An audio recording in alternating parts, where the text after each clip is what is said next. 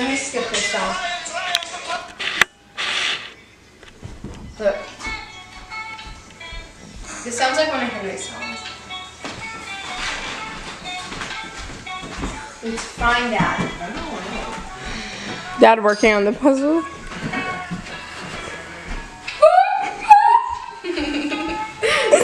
How many times?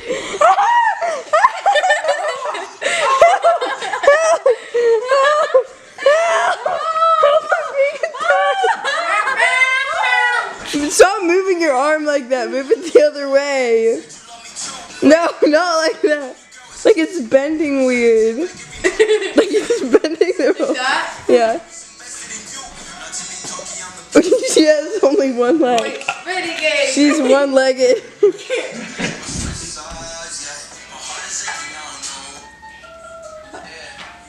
Okay, fix the body. She's one-armed, one-legged. Okay. Does it look cool though? Come, baby. Shh. Wait, Dad's doing this thing. Alright. So let me explain to you first what we were trying to do. Wait, is this on film or I not? don't really care, you can just start cutting. Mr. Cool wants me to explain, not Mr. Cool, Steven, my brother, wants me to explain or do a series of explanations of how to play Castles and Crusades. This would be a great video at your funeral. So what we're going to do Mr. Cool wants me. is I'm going to explain the key concept behind our game, which is the siege engine. But rather than me point... Are we ready? Mr. Cool wants... No laughing. Okay. He's laughing at himself. Mr. Cool... Steven wants me to do a series of these things explaining how to play Castles and Crusades. So we're going to start out with the basic core concept behind our entire game, which is the siege engine. That underlies the entire way that you play the game. And rather than a huge exposition about how to play or how to use the siege engine, I'm going to give you an example of how the siege engine works in real time. Or we go upstairs and do it. Just go. So come outside with me and I will show you how the siege engine works in real life. Where you don't... Tell me when. Go. Oh! Alright, so the core concept behind the game is that every character being played has 6 attributes. Every time you take an action that has an effect on gameplay and has a chance for success or failure, then you need to make a check to see if he succeeds or fails. Now, if they fail, now let's start over. So the game is based on attributes. Every character has 6 attributes. And every time you take an action in the game that has a chance for failure, and that failure or success will result in like a change in the nature of the game or something significant happening, you need to make a check. And this is an attribute check. All right? And to do this, you just roll some dice. And I'll explain how to do that in just a minute. But let's say, for example, I need to chop some wood. I'm going to show you how to use it in real life, chopping some wood. Bear in mind, I haven't chopped wood in 20 years. So let's see what happens. All right, so.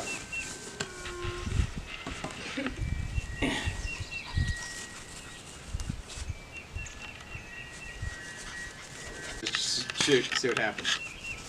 Say when. When? All right, so this is my wood pile. It's been sitting here for around, I don't know, 5 years.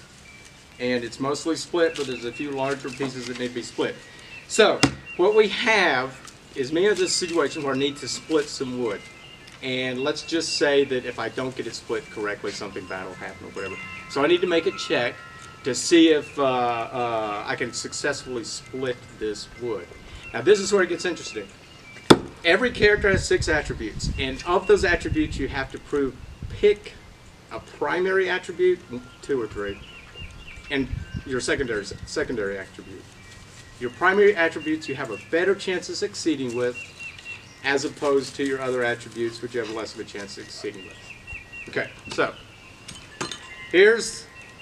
Okay, stop it. Ready? So there's 6 attributes. Here are the 6 attributes. You have strength, which is basically how strong you are. Dexterity, which is how agile. Go. So the 6 attributes are strength, dexterity, intelligence, wisdom, charisma, and constitution. When? Okay, so humans get to choose. All right, so your attributes, you have 6 attributes. Humans get to choose 3 as primary attributes, 2 secondary. Demi-humans get to choose 2 as primary attributes, and the others are secondary. So here's the difference between secondary and primary. When you take an action and you're using a primary attribute, you roll a 12 or better and you succeed. Secondary attribute. You could see you. It's okay. Just, okay. Do that again. Whatever you just did. All right, so you have your 6. Say when. When? You have your 6 attributes, and you choose between primary attributes and secondary attributes. On primary attributes, so you'd say strength is a primary attribute, or intelligence, or whatever. When you make a check, with your primary attribute, you succeed when you roll a d20 with a 12 or better. The secondary attribute is 18 or better. So 12 and 18. Those are the 2 numbers you need to keep in mind. There's some more details to this whole thing, but we'll get to those in just a second. So we're going to give an example of chopping wood just for a normal, everyday person. Okay, stop. Welcome to... Welcome to my classroom. Today we're going to be talking about the Siege Engine. Action. Welcome to today's classroom, the Castles and Crusades classroom by David Chenault. Today we'll be discussing the Siege Engine. You can refer to the Player's Handbook, page 163, for more details if you would like. When an action in the game has a let me start over. When an action in the game has a chance of success or failure and it impacts the game, then there's a simple method of resolving that action we call an attribute check or the Siege Engine. Yeah. Basically, it's a simple way of determining whether or not an action is successful or not, whether you successfully perform some action. Put the hat on. Wait. Let me fix it. Okay, go. For example, scaling a wall, crossing a river, or climbing a tree. Basically, it's a method of determining whether or not an action is successful, such as climbing a wall, crossing a river, or climbing a tree. Wait, what do we have?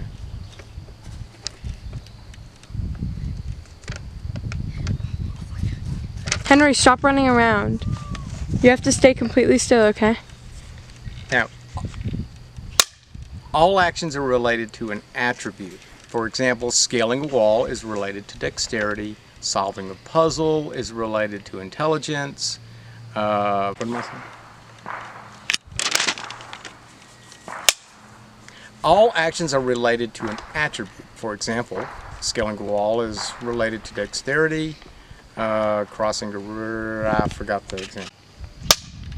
For example, scaling a wall is related to dexterity. Solving a puzzle is related to intelligence. There are 6 attributes: strength, intelligence, wisdom, constitution, dexterity, and charisma. Attributes are either primary or secondary. When you make your character, you choose which attributes are primary or secondary, and this has an impact on the way that the resolution of the siege mechanic occurs.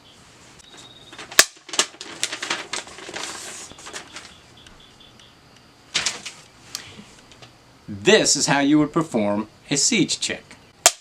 Okay, the first thing you need to do is determine if the siege check is necessary. For example, sitting down in a chair, something that we all presumably can do, doesn't need a siege check to successfully do. On the other hand, climbing a tree during a windy day or even a normal day to get to the top to spy out the area or something like that may require a siege check. Wait, what am I saying? You're gonna be like, If you determine that it is necessary to do if you determine it's necessary to do a siege check, then you have to determine which attribute the action is related to. So, for example, if you're climbing a tree, again, it's dexterity. If you're splitting logs, it's strength. If you're solving a puzzle, perhaps, that's intelligence. If it's necessary to do if it's necessary to do a siege check, determine which attribute that action is related to. Again, climbing a tree, dexterity, solving a puzzle, intelligence, splitting logs, strength. Next, you have to determine the challenge class. The challenge class is basically the level of difficulty to undertake the action, and that's determined by adding the challenge base plus the challenge level. First, we determine the challenge base. The challenge base is based on whether or not the attribute to which the action is associated is primary or secondary. If it's a primary attribute, the challenge base is 12. If it's a secondary attribute, the challenge base is 18. So when I say end it with the numbers determined, this number is determined by the count skippable population. Okay.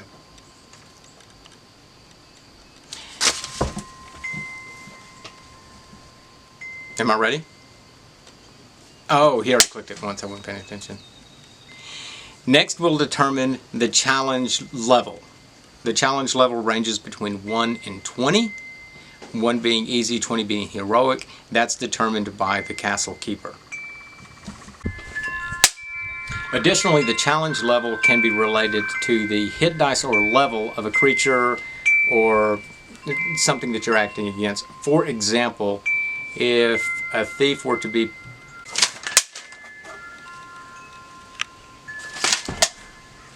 Additionally, the challenge level can also be determined by the level of the Additionally, the challenge level can be determined by the level or hit dice of the creature or NPC against which someone is taking an action or is involved in the action.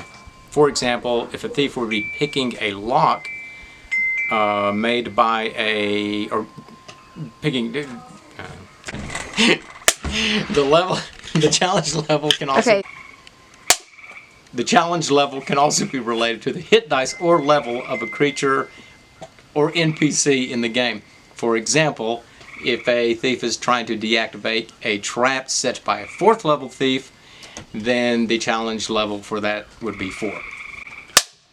After the challenge class is determined, you add the challenge base and the challenge level to get the challenge class. After the challenge class is determined, the player rolls a d20, adds all appropriate modifiers to that d20, such as level and any attribute modifiers or any other magical bonuses that they have, to the die roll. And if that number is greater than or equal to the challenge class, a successful action has been performed. Thanks for watching. Come back, enjoy more details on this and other aspects of the game. Or not, I don't really care. I'm just going to be hanging out up here while I'm on lockdown, making little films for you guys.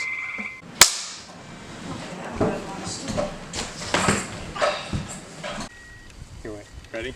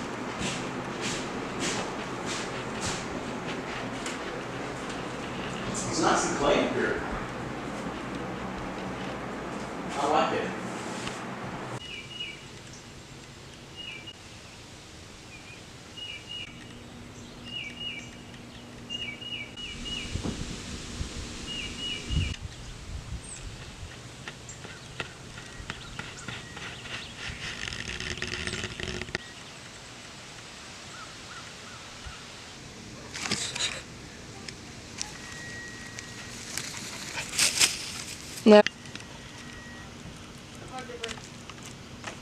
Okay, wait. There is one.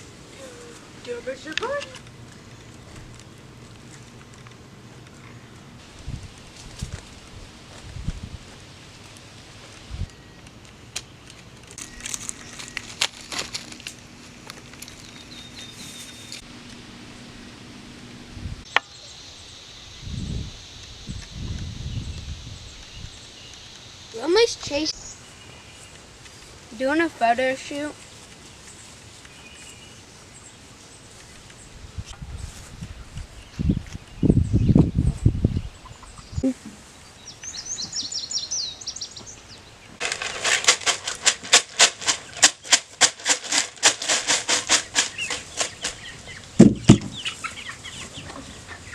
Where's the bucket? Who poured the bucket? You did. No, I didn't. You're the one who feeds them.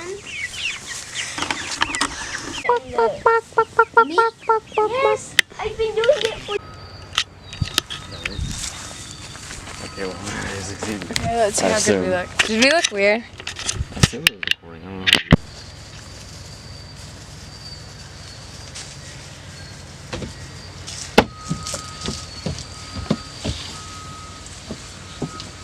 Because everything is blue. Have you seen the blueberry murder man? No. Okay, now. You can't hear anything. And I started- And then Amelia, you're gonna say, we should summon him. It's super dangerous. Do you know how? No. We should summon him. Just saying, it didn't start, it didn't go. We should summon him. It's super dangerous. Do you know how? Yes. Okay. I don't think it worked. Okay, ready? I don't think it worked. Let's go back to the house.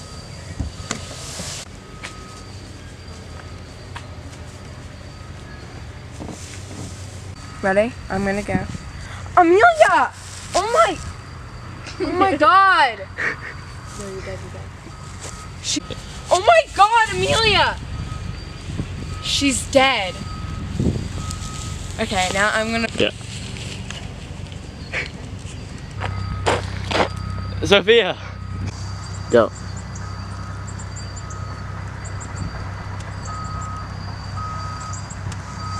Okay, now.